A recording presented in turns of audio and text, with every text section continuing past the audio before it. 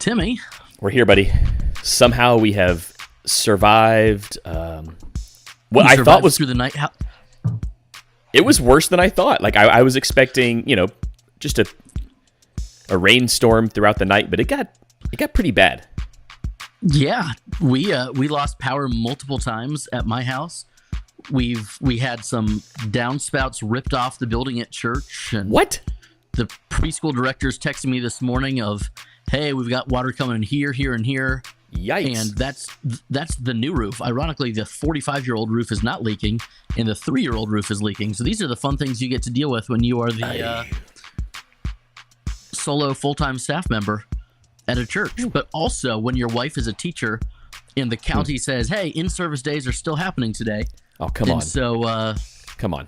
You're recording live from your parents' living room across the driveway so that your children don't have to be quiet in the house. Andrew, there's a lot happening. We got to be pretty quick today. I'm getting texts from Lakeview members. There's houses that have flooded throughout the night. I'm gonna have to be like an actual pastor today. And you were a pastor yesterday because yesterday was Sunday. And this is the morning after. Welcome to the Morning After Ministry Show, a caffeine-fueled look back on the week and ministry that was.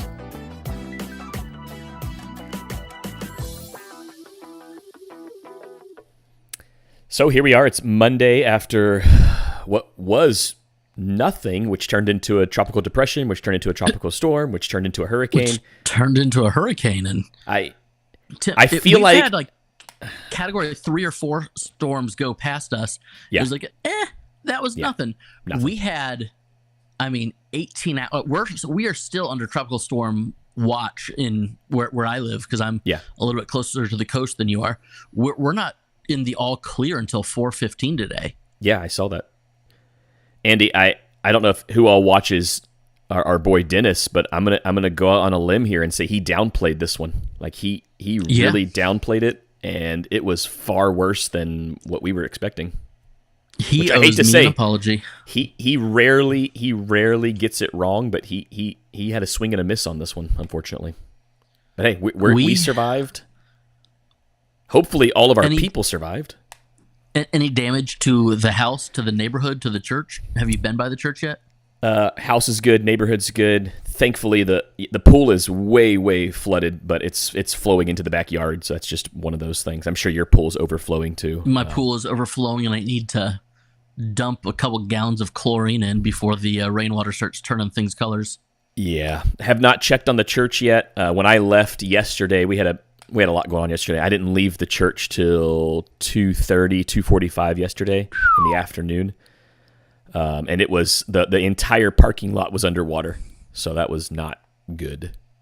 So hopefully everything's good at the church. Puts the lake in Lakeview. I went by the church yesterday afternoon at about 4 o'clock, and I thought maybe the worst is over because we were supposed to get hit right around noon. And Melissa and I decided, maybe I should stay home with the boys today. I wanted to go by and check on things, and the power had been out.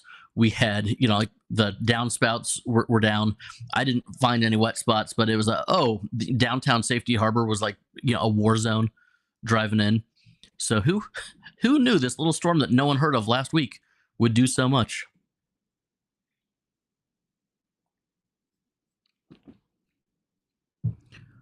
Timmy, I have lost you completely. Hold, please. Can't hold, hear you, so I'm just going to talk. Hold, there you go. There he is. Laura, thanks for that. Other duties as required. We're going to be having quite a few other duties as required this week. I'm assuming that's going to be a lot.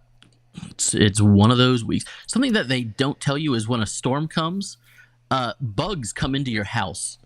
And then if you have the bug treatment on your house, they come into your house and they immediately die. But then you have dead bugs in your house, which is not fun either. No. City Lights says, all sun up here in Scranton. If you want to escape hurricane season, the Electric City is for you. Hey, you're looking for a good church. It's the middle of a hurricane. You want to get out of the southeast. Head on up to Scranton, PA. City Lights Church just might be the spot for you. Sundays, I don't even know what the service times are. I'm just going to go with Sunday mornings, City Lights Church. They probably have a website. 10 a.m.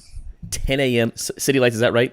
If I showed up at 10 a.m., would I be late to a service on a Sunday? Or Erica early. says the You don't church lake has flooded. I'm not surprised. Our entire disc golf course is underwater. Don't plan on playing disc golf today. Golf? Think about that as a game. That could be cool. That could be an Olympic sport in 4 years. Think about it, Tim. You The could be one of edge the first. of the lake is about 20 feet from the actual church building right now. So Andrew, this show is probably going to be real short. I'm going to have to get up to the church pretty soon. The elementary school that my wife teaches at that had, pretty extensive renovation stuff done this summer. Yeah, the library flooded. So where they were having their meetings, so they have students in there 1 week from today, and the teachers showed up for a meeting this morning, and sure enough, there's water in the library, which turns out books and water don't mix well, but it's also the media center, and electronics and water also don't mix well. My daughter is live texting the Olympics. USA men's beach volleyball just won both sets. That is exciting because our other U.S. men's beach volleyball team disappointed me this morning. So, our U.S. men's 3-on-3 basketball team, which I was convinced. I mean, you got Jimmer in there. Come on, I just thought we were going to dominate 3-on-3 basketball and laid an egg on that one. Timmy, I thought it was a rough start, but then we picked up. Is that not accurate? They got eliminated. Oh, our girls are still going? Yeah. Got it. Timmy, was there any discussion as to, hey, should we have service yesterday? Or like we didn't think the storm was going to be that big, and so it was like, I think we're going to be fine. Yeah, it's funny because I saw multiple churches posting, different things about we're still having church tomorrow. Wasn't even a question for us. Like never even, like not one elder text, just not even a thought. Like, yep, we're having church. And rightfully so. Like the weather yesterday did not, church was fine during that. It really didn't hit till after our services. But we started getting it at about 10:30. And ours was right when I said amen at the end of first service. And then there was a lull about 15 minutes before second service. So to get everybody in the doors. 10 o'clock is when it hit us. And then it came down real hard after second service. Yeah. Tim, one of the reasons that we didn't even really think about it is we had a guest preacher who had come all the way in from Alaska. And it's kind of hard to be like, hey, we'll reschedule you for next week. So that wasn't going to work. That's Tim, not going to work. We were planning on doing this show live and in person together, and I was going to give you some of the reindeer jerky that he brought me from Alaska. I thought I could have you eat some reindeer meat live on the air. Some good protein right there. I can't ghost dad you and hand it through the phone. City Lights Church says, show up at 9:45, get some free lattes from our espresso bar. Service is at 10 a.m. That sounds great. We just have that drip coffee stuff. I love that. Well done, City Lights Church. Well done. I think that would be spectacular. So what is protocol, Andrew? We have not ever canceled a service due to a storm. There was one Sunday where we said, hey, it's going to be a lighter Sunday, so we're not going to do a full worship set. So we've done that before. And we actually had an extended time of prayer for those who wanted to come in person. So that was one time in 15 years that I've been at Lakeview where that's happened. Irma in 2017 was the only time we ever canceled on a Sunday. Yeah. And then I think it hit, but that was it's the big one. It's coming right for us. And then it missed us. But then my family was stuck in Georgia for 5 days because there was no gas coming home. And then there was no power in Safety Harbor for a week. So we've canceled, I want to say once when there was a power issue, like a storm hit on a Thursday or a Friday. And there was still no power on Sunday morning. So for whatever reason, where we are just in the city grid, we're usually one of the first places to lose power and one of the last places to get power back. So if we have no power at the building, we've canceled. But I think 2 times in 7 years, This is where student ministry has a leg up on us because they can just follow the school schedule. They just cancel whenever. Yeah. That's what I'm saying. Sunday mornings, it's not like that. Wednesday night youth group, hey, school got canceled because of the weather. We're going to have to go ahead and cancel it and shut it down. No after school sports tonight, so no youth group. That's an easy thing to follow. Sunday morning, not so much. Now, I did get a text from a couple staff members just saying, hey, what's the protocol just in case this thing gets worse? And I said, we're monitoring it. Just in case a tree blows through a window. Exactly. So I did, as a staff, we were talking all day Saturday, making sure everyone had the updates. But like church-wide, we never said a word. Like it was just, see you tomorrow. Like maybe we should have been, I don't know. Hey, if you live in a low-lying area, watch online.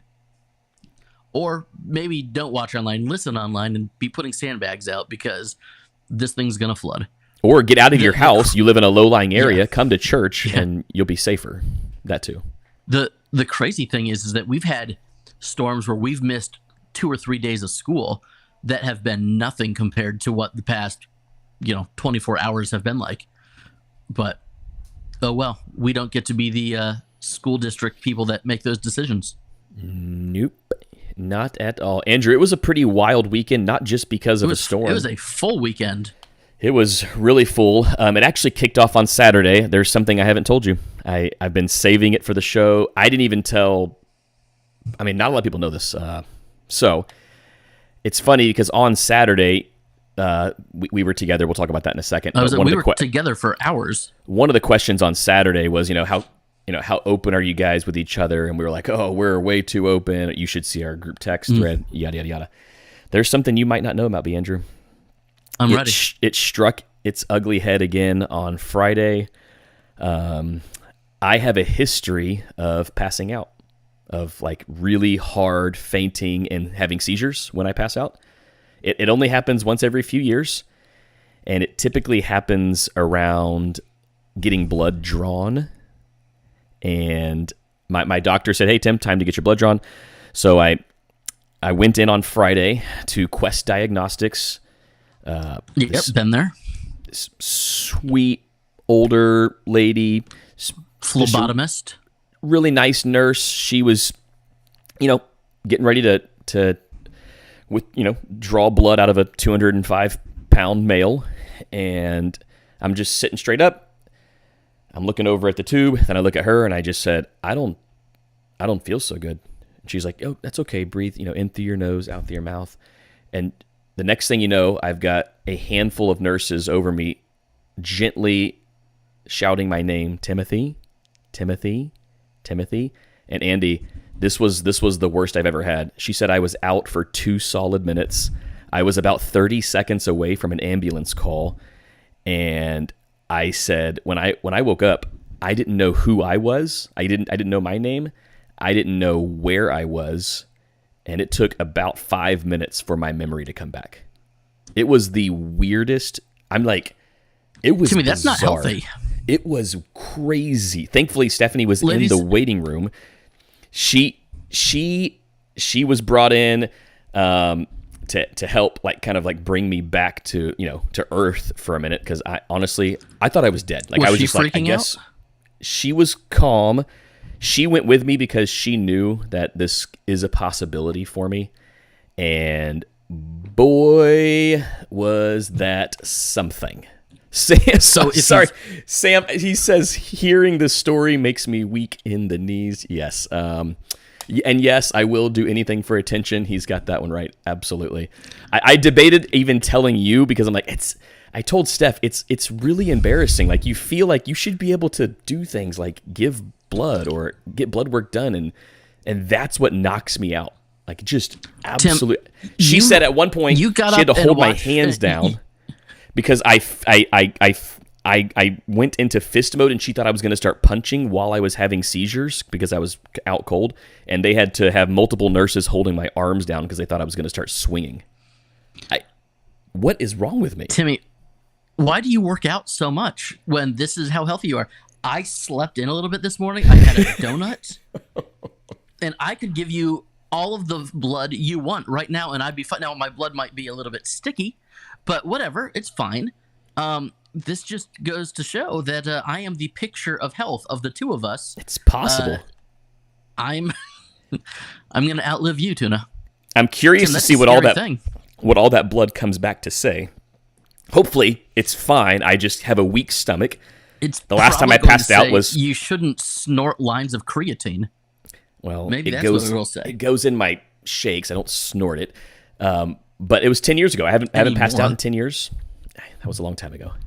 10 years ago, I was getting a health exam for life insurance. I passed out in the living room with the nurse, and I just fell right into her, and she like had to hold me up for a solid 30 seconds. So is this why you don't go to the doctor very often? Yes. This is exactly why. I have a weak stomach. It's not just needles. There are other things that have caused me to pass out that I actually can't say on air. You and I can talk about it later. There's things that just make me really queasy. I don't know what it is.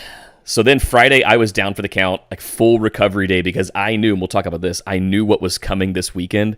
Saturday was a 15, like I was gone for 15 hours. It was a 15-hour Saturday day was a long day. It was crazy long. You and I were both up early.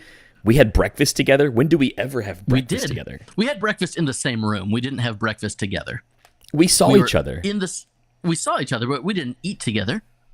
We were in the same room. Andrew came to our men's prayer breakfast. He brought an elder. It was really sweet. Then we had our first collective gathering, which we're kind of starting this thing that we've already been doing, to be fair, but we're just kind of formalizing it, bringing in our elders. Sam Rudkin has been really spearheading this effort, and we had a couple of area pastors and elders in the same room at the same table talking through ideas and strategizing how we can not just be separate churches, but be the church and help each other out. The church. Share resources. Yeah, and it's not like a, hey, let's give you a loan, but it's a, hey, and the best example is, we talked about this last week, Jamie, a worship leader from Lakeview, was leading worship at Safety Harbor and was leading worship at Live Oaks.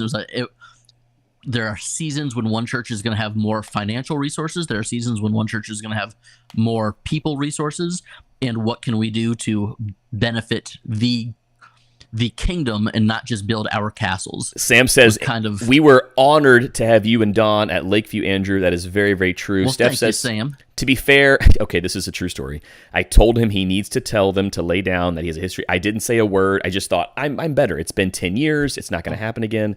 I'm a grown-up now. Stephanie says, Andrew, text me later. I have oh boy, she does have all the stories. I'll tell you about the time I had a college campus police.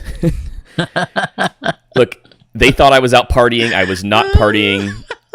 It was an anatomy class. It was a health class. They were talking about very specific parts of the body that apparently my stomach can't handle. It's embarrassing. Andy, we lost you. Andy, are you there? Look at this. Now I'm going to have to go solo for who knows how long. Andrew Larson, are you there, buddy? He's gone. We may never, ever see him again. If he jumps back on, we'll bring him back on. But look, we had an eventful Saturday with our collective gathering with area pastors. And, oh, hang on. There's a ring coming. Let's see if we can get him on here. Hold the phone. Let's see if we can get Andrew back on. And yes, Andrew, are you there? I am. That's my own stupid fault. I went to... We almost had you. Hang on, buddy. Where are you? Let's see if we can get you on. There you are. Yeah. I pulled an AirPod out because my ear was itchy. Shouldn't and have then done that. Disconnected. It was my own fault. It's okay. I should never itch my ear. John says, looks like Andrew also blacked out. So there we go. I'm not the only one who has a history of passing out. There you go. Andrew, I was just explaining to everyone our eventful Saturday. I went from the men's prayer breakfast to the collective down to your neck of the woods. We had a memorial service that I was asked to preach at. I was honored to preach at. Lakeview church member, her mom passed away. Really sweet service. Great facility down there at Serenity. Really good people. Like the funeral director was just like on it. Hey, Tim, you need a place to prepare before we start. They had an own private room prepared just for me to prepare before I preached. And he's like, I know your dad. He had all these great stories about my dad, which was awesome. And then he just kind of like walked through the service with me. I obviously preached it, and then we tag teamed a little bit with some of the announcements that needed to be made. And I was like, this was a really well done. It's dignity, man. If you don't know dignity, they're just next level. It's the only thing I can compare it to. It's like when you do a funeral at a Dignity facility and then you go to a non-Dignity funeral home, it's kind of like if you've been shopping at Publix for 20 years and then you walk into a Winn-Dixie and you're like, ew. Yeah. Oh, there's just maybe Dignity is a perfect name for the organization, because that's that's what it is. It really is. Look, the funeral industry is a billion-dollar industry. But one of them, not one of them, but you go to some funeral homes and it feels like they're sticking their hand out to try to squeeze any last cent out of a family you can get. And you go and you work with some funeral homes and it feels like they are doing anything and everything they can do to give dignity to the deceased and to the family as they're grieving. So yeah, this is not a sponsor of the show, although if they want to be, hey, hit us up. I mean, technically, at one time, they did sponsor this podcast. At one time.